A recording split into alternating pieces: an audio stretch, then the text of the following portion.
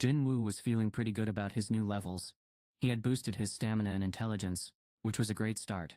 I guess that's it, he thought. But let's be real, it's hard to be totally satisfied with anything.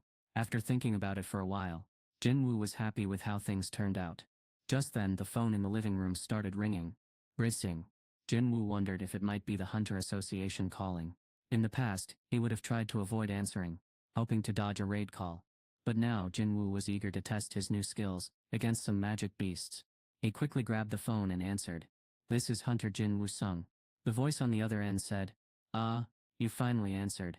But to Jin-Woo's surprise, it wasn't the association on the line. Jin-Woo felt a pang of disappointment. Then he heard a super familiar voice on the phone. "Hey kiddo, what's going on? You're really hard to reach these days." Jin-Woo hadn't been called kiddo since high school, which was 4 years ago, but his landlord had known him since he was a kid, so it was okay. The landlord still treated him like a young boy. "I'm sorry, sir," Jin-Woo replied. "I was in the hospital after an accident." My landlord said "Teskizkis." "I see, that's why I haven't gotten the rent yet." He sounded a little sympathetic. "If things are tough this month, I can give you some extra time to pay," he offered. But I told him, "That's okay, sir.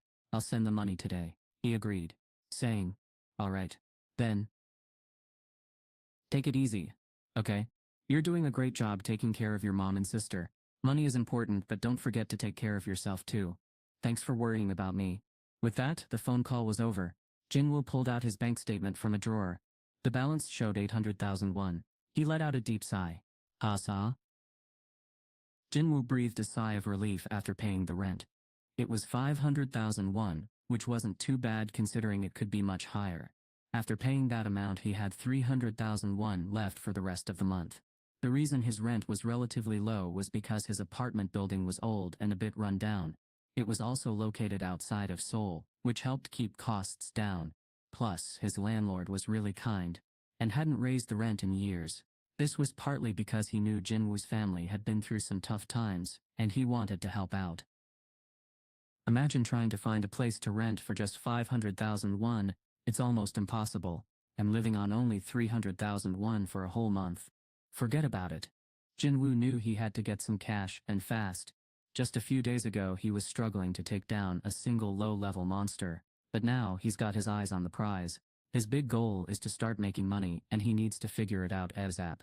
So how do hunters actually make a living? Imagine becoming rich and famous by defeating a magical creature.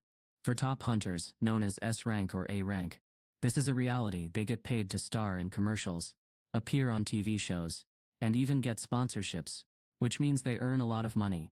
However, only a small group of hunters achieve this level of success. Most hunters aren't that lucky. For them, the best way to make money is by exploring dungeons. Imagine your job paid you based on how good you were at it, and how long you'd been doing it. That's exactly what happened to hunters like Jin-Woo Sung. The Hunter Association looked at two things: rank and experience. For Jin-Woo, an E-rank hunter who had only explored relatively easy dungeons, this system was tough.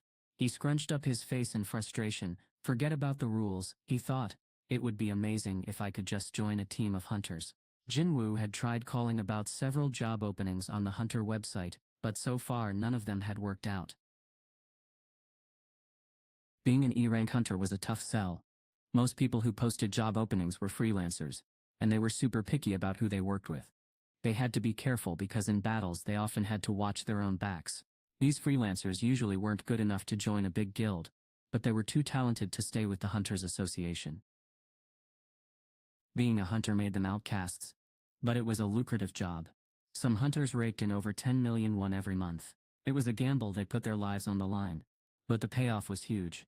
No wonder people often looked at them with envy. Jin-Woo felt frustrated though. He wondered if getting re-evaluated and boosting his rank would make things easier, but he quickly dismissed the thought, shaking his head. He thought about it over and over, but he just couldn't shake the feeling that it was a crazy idea. An E-rank hunter making it big as a high-rank hunter. It didn't matter if he jumped to A, B, or even C rank. It would be huge news. People love to talk about what's going on, and hunters are always popular gossip topics. If he made a big leap like that, everyone would be buzzing about his reawakening. Imagine you're in a room with 5 people, and suddenly there are 10 pairs of eyes staring at something. That's what happens when everyone starts talking about one person. More and more people become interested and want to know more. If someone has special abilities that just keep getting stronger, it's only a matter of time before the news gets out. People would start asking questions like what hunter is getting more powerful all the time? Or how can someone get stronger and stronger? They'd also want to know secrets like how does he do it? And can I be just as strong? All this attention would be overwhelming, and it's only a matter of time before everyone finds out his secret. Jin-Woo was a hunter like no other. He knew that some people would be super interested in him, but not all of them would have good intentions. Some might even try to use him or hurt him. And if those people were powerful, it was a scary thought. Just thinking about it made Jin-Woo feel sick to his stomach. The problem was, he still wasn't strong enough to defend himself. He wanted to keep his secret safe until he was sure he could protect himself. Going back to the association for a re-evaluation wasn't an option, but Jin-Woo still needed to make money somehow. The thing was, he couldn't just get a normal part-time job because he never knew when the association might call him with a new mission. Making ends meet was tough, but Jin-Woo couldn't resist a chance to earn some cash and gain experience. One day while he was thinking about what to do, he stumbled upon an exciting job posting. It read, "Urgent. Hunters of any rank welcome as long as they get here quickly." Jin-Woo's eyes widened with excitement. A brand new post had just gone up, and it was perfect for Jin-Woo. He quickly checked the details, and saw that it wasn't far from his house. He grabbed his phone, and gave them a call right away. The person on the other end must have been in a rush too, because they picked up before the first ring had even finished. "Hello?" Jin-Woo explained why he was calling, and waited to see how the other person would react. "Okay. So you're an E rank." The person didn't seem totally put off by that. "That's fine," they said calmly. "We need your help with something. We have to meet a certain number of people, and we're short on hunters. The bad news is that it's gonna be tough hunting, because it's a C rank gate. But don't worry, we'll split the loot with you, and give you 2,000 Can you come right away? That's a lot of cash for just one day of work, 2,000 It's a great deal if you can help us fill our quota." This was an amazing deal. Jin-Woo wouldn't get any extra rewards from the dungeon, but he didn't want to be too greedy and risk losing out on a huge payday. "Let's put out the fire first," he thought. Opportunities like this didn't come around every day. With 2,000 he could live comfortably for a whole month. That was more than enough money. Jin-Woo decided to take the offer. It was too good to pass up. "I'll be there in 15 minutes, Jin-Woo said. And then he was off. He ran out the door and quickly caught a taxi to get to where he needed to go. When he arrived, he saw a group of people waiting for him, 9 in all. One guy, who looked like the leader, waved at Jin-Woo. "Over here. This way," he called out. The man was really big, and had a thick beard that made him look pretty tough. A guy with a friendly smile walked up to Jin-Woo. "Are you Jin-Woo-sung?" he asked. Jin-Woo nodded. And the man said, "Great. You found us easily. Let's introduce ourselves since we're working together today." The bearded guy quickly introduced the rest of the team. There were 8 of them, including the leader, who normally worked together. The last person was new to the group for the day, just like Jin-Woo. As Jin-Woo said hello to each of them, he checked out his new teammates. He had a pretty good idea of how strong each team member was, thanks to his super sharp senses. It seemed like 5 of them were on the same level, while 4 others weren't as strong. So they had 5 members who were C rankers and 4 who were D rankers, or even lower. But there were some big rules to follow if they wanted to take on a tough C rank gate. First, they needed at least 10 people on their team. And to make things even tougher, at least half of the hunters had to be C rank or higher. The association would give the okay once everything was in place, and it seemed they really did just want Jin-Woo there to fill a spot.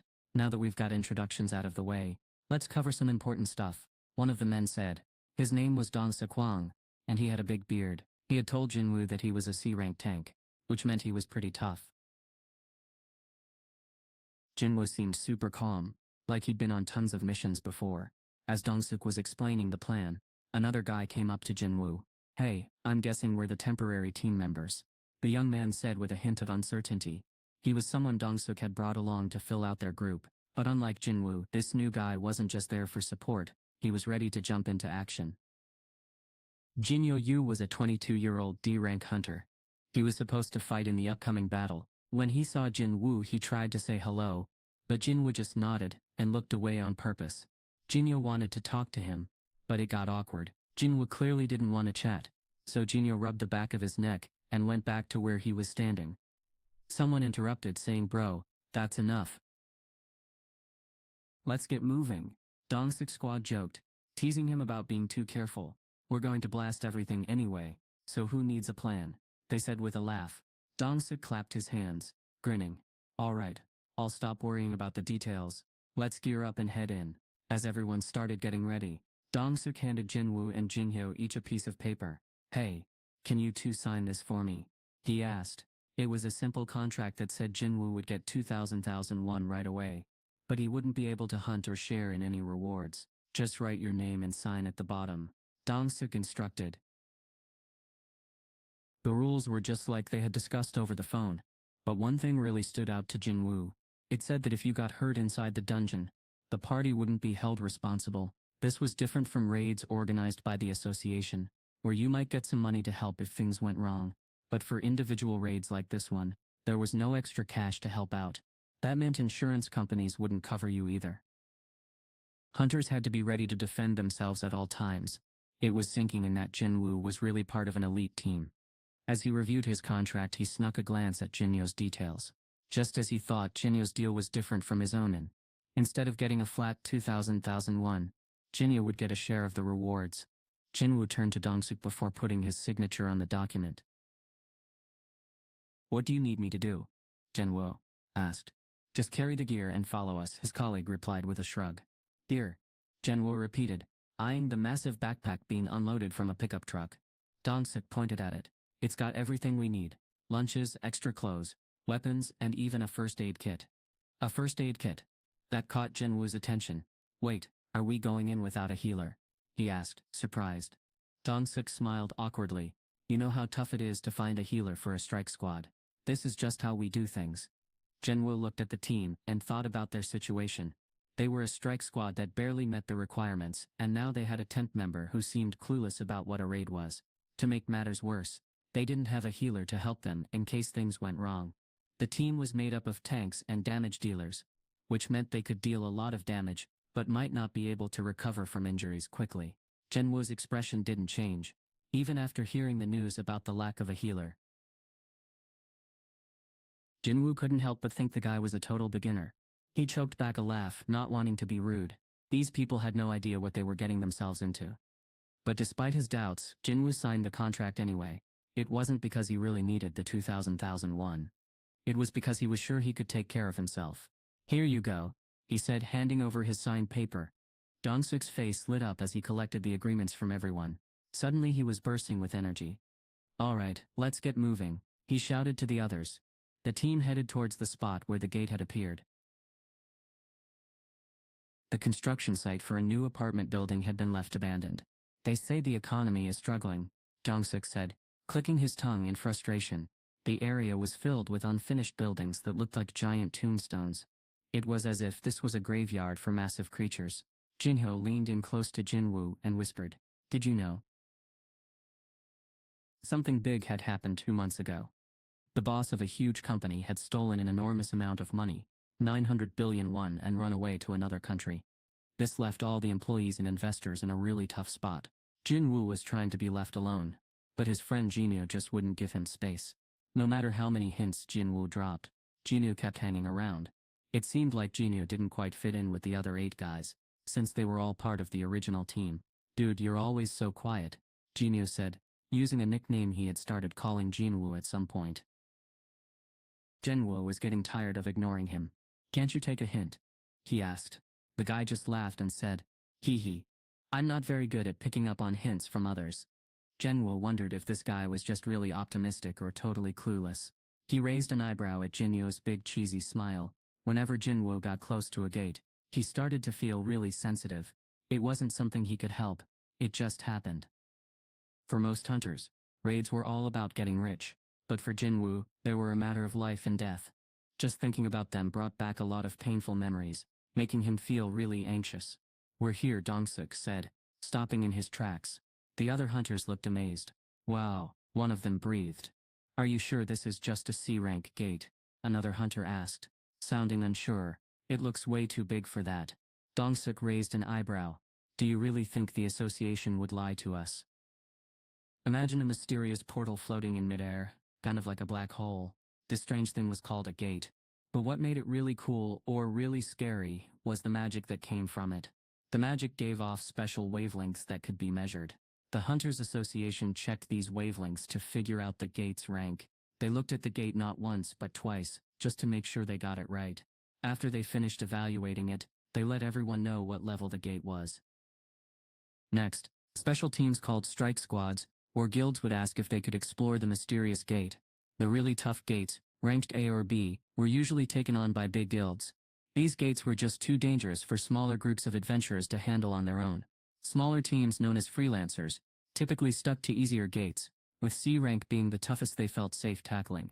Dong-suk stood bravely in front of the gate and turned around to face the others. All right, let's move in, the leader said. Stay close. One by one, the hunters followed the tank into the unknown. Jin-Woo got ready, just in case things got tough. He started stretching his arms and legs. Next to him, Jin-Hyo pulled out his super cool sword and shield. They looked really expensive, like something only a rich person could afford. Jin-Woo wondered if Jin-Hyo's family had a lot of money. He didn't seem like the type to come from a wealthy family, but you never know. Jin-Hyo noticed Jin-Woo staring at him, and stood up straight, puffing out his chest like he was trying to show off. Hey, you're an E rank, right? His friend said. Don't worry, I've got your back. Just stick with me, and I'll keep you safe. Jin-Woo raised an eyebrow. Who was going to protect who? Exactly. He shrugged it off and muttered. Thanks, I guess. His friend seemed ready to move on, saying, we should get going too. They walked through the gate together without any problems. Inside the dungeon, it was super quiet. The darkness made it feel even eerier. Jin-Woo's friend, Dong-suk, spoke up, giving his first command. Light it up. Ju-won. Ju-won, Ju-won. A powerful mage hunter waved his hand and created a glowing ball of light. The dark space was suddenly filled with brightness. Dong-suk lowered his shield and tilted his head in confusion. What's going on? Where are all the monsters? He asked. And why were the lights out? Usually special stones called glow stones lined the dungeon walls, lighting the way. But this time there weren't any to be found. Ju-won leaned in close to Jin-Woo and whispered. Are there really dungeons with no magic creatures? Ju-won put a finger to his lips and said, Ju-won. His ear perked up, as if he was listening for something. Jin-Woo's ears picked up the sound of footsteps, lots and lots of them, coming from far away. There are magic beasts, he said calmly. They're just not here yet. Jin-Yo gulped, his eyes wide with worry. At first only Jin-Woo could hear the noise, but soon the others started to pick up on it too. Squirt, squirt, squirt. The sound sent a chill down their spines. Dong-suk's face turned serious as he realized how bad things were. They were in a dungeon without any glow stones to light their way. Suddenly Jin-Woo asked a question that made everyone's heart sink. What moves in a group, lives in the dark, and heads straight for the light? The answer was something they didn't want to think about. Oh no. Dong-suk's face turned grim, and his colleagues looked just as worried. Bugs, someone shouted. They're bugs, Dong-suk yelled. Everyone, get ready. Incoming. Move forward. Now. A swarm of creatures was rushing straight for them. Is this an ant colony or something? One of his teammates asked nervously. Don't even say that. Another colleague snapped back. Everyone knew that insect-type magic beasts were the worst to deal with. They were a total pain. A massive swarm of powerful bugs was heading their way, and each one was a fierce fighter. But the worst of all were the ants, super strong and almost impossible to defeat. Many brave hunters had lost their lives by accidentally stumbling into an ant colony. Suddenly, a chilling sound filled the air. Skarar, Eskarar, Tas. Eskarar. It was the bug's legs scraping against the ground, making everyone's skin crawl. This meant one thing. They were getting close. Dong-suk quickly raised his shield to protect himself, holding it up to his chin and preparing for battle. The squad members were getting restless behind him. What's going on? I don't see anything, someone shouted. But they sound really close.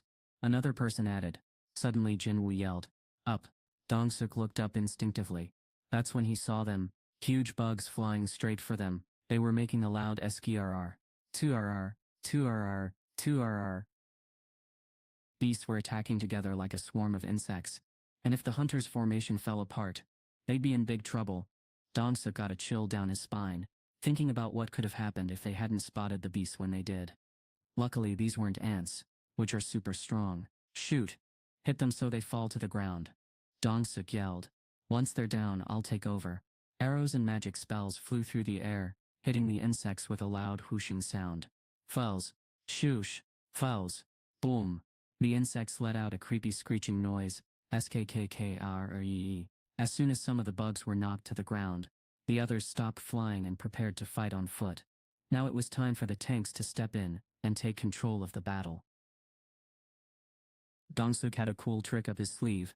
He could get the magic beasts to focus on him using his special aggravation skills.